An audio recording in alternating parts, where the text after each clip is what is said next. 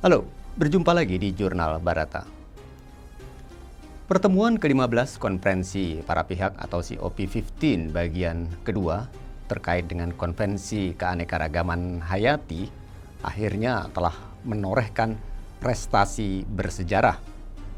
Pertemuan yang diadakan selama 12 hari sejak tanggal 7 hingga 19 Desember 2022 di Montreal, Kanada tersebut berakhir dengan lebih dari 190 negara akhirnya mencapai konsensus setelah 4 tahun bernegosiasi alot dan dengan diskusi yang panas. Kerangka kerja keanekaragaman hayati global yang bersejarah tersebut dicapai di COP15 dengan mengadopsi kerangka kerja keanekaragaman hayati global Kunming Montreal berkat upaya aktif Tiongkok. Kerangka kerja tersebut bertujuan untuk membalikkan hilangnya keanekaragaman hayati dan mengatur dunia pada jalur pemulihan.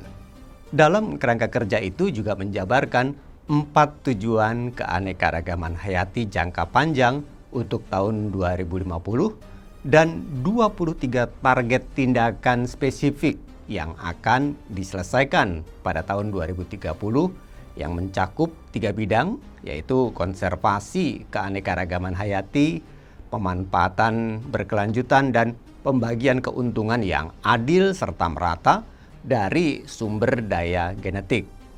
Isu-isu kunci juga telah disepakati oleh semua pihak.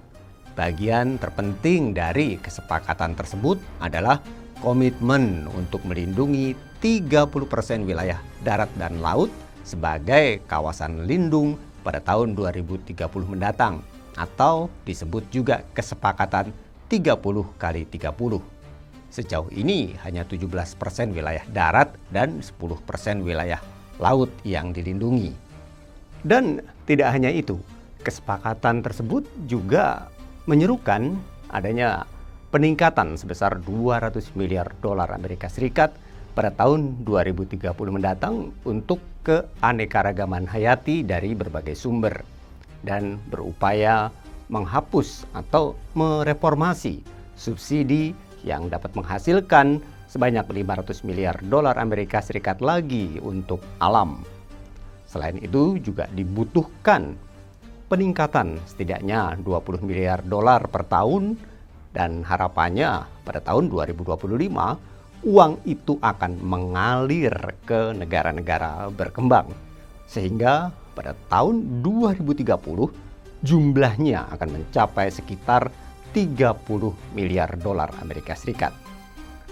Nah, pengadopsian kerangka kerja ini sebenarnya menarik, namun prosesnya ternyata penuh lika-liku. Tantangan terbesar adalah bagaimana memberikan dukungan keuangan, teknis, dan kapasitas yang memadai untuk konservasi keanekaragaman hayati dan menetapkan mekanisme implementasi dan rencana aksi nasional. Lantas, bagaimana peran Tiongkok dalam hal ini sebagai presiden COP15 untuk mencapai konsensus?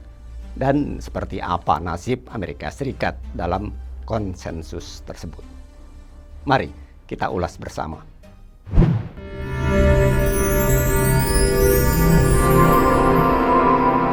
Jurnal Barata.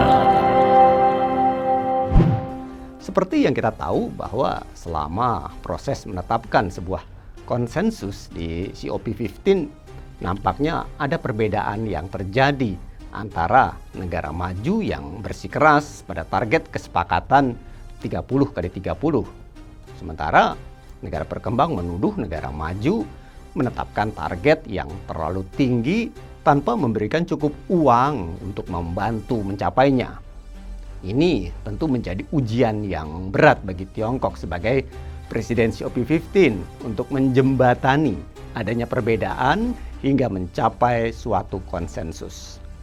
Itulah mengapa Presiden Tiongkok Xi Jinping pun menyampaikan 2 pidato penting yang menekankan untuk membangun komunitas semua kehidupan di bumi yang pada akhirnya dapat memberikan dorongan politik penting untuk hasil yang positif dari konferensi tersebut. Pidato yang disampaikan oleh Presiden Xi Jinping menurut Huang Runxiu, Presiden COP15 sekaligus Menteri Ekologi dan Lingkungan Tiongkok, ternyata sangat menginspirasi para negosiator.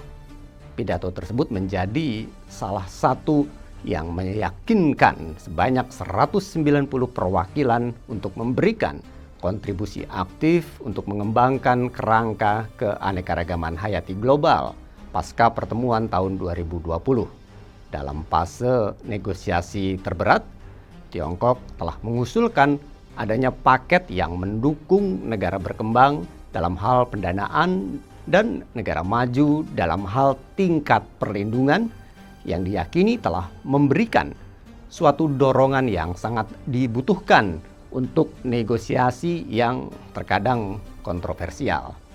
Nah, melihat upaya Tiongkok untuk mencapai konsensus tersebut, Menteri Lingkungan Hidup Kanada, Stephen Guilbeault, mengatakan bahwa perbedaan pendapat dalam skala ini adalah hal biasa dalam pertemuan puncak yang telah dihadiri selama 25 tahun.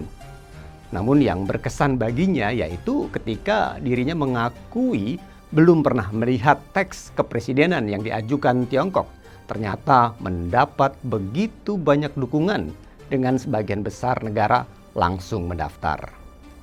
Sebagai Presiden COP15, Tiongkok telah berhasil memimpin negosiasi internasional berskala super besar ini. Tentu ini bisa terjadi lantaran Tiongkok senantiasa berkomitmen untuk mempromosikan kemajuan ekologis dan perlindungan keanekaragaman hayati. Sejak awal rencana 5 tahun ke-13 periode 2016 hingga 2020, Tiongkok telah mengimplementasikan sebanyak 44 proyek inisiatif Sansui dan menyelesaikan perlindungan serta pemulihan ekologi lebih dari 3,5 juta hektar. Berbagai spesies yang terancam punah seperti panda raksasa dan antelop Tibet terlindungi dengan baik di kawasan tersebut. Sejauh ini hampir 200 kebun raya dan 250 pusat penyelamatan dan penangkaran satwa liar didirikan dengan sekitar 23.000 spesies tanaman dan lebih dari 60 spesies hewan langka yang dilestarikan oleh Tiongkok. Tiongkok juga melestarikan keanekaragaman hayati dengan langkah-langkah kreatif dan terkini, membentuk pola baru konservasi keanekaragaman hayati. Pemerintah Tiongkok juga telah mengusulkan dan menerapkan serangkaian tindakan untuk meningkatkan efisiensi konservasi keanekaragaman hayati, termasuk membangun sistem taman nasional, menetapkan garis merah untuk konservasi ekologis, dan memperkuat konservasi in situ dan ex situ. Hal yang paling menonjol dalam pendekatan Tiongkok untuk mengatasi hilangnya keanekaragaman hayati dan degradasi ekosistem yaitu dengan menjunjung tinggi filosofi koeksistensi yang harmonis antara manusia dan alam yang berasal dari gagasan masa depan bersama untuk semua kehidupan dengan memprioritaskan konservasi keanekaragaman hayati dan pembangunan hijau. Itulah mengapa pada 13 Desember yang lalu, Perserikatan Bangsa-Bangsa mengakui langkah-langkah kreatif tersebut dan inisiatif Sansui Tiongkok yang telah memulihkan sebanyak 10 juta hektar ekosistem di seluruh negeri sebagai salah satu dari 10 proyek perintis untuk melestarikan alam.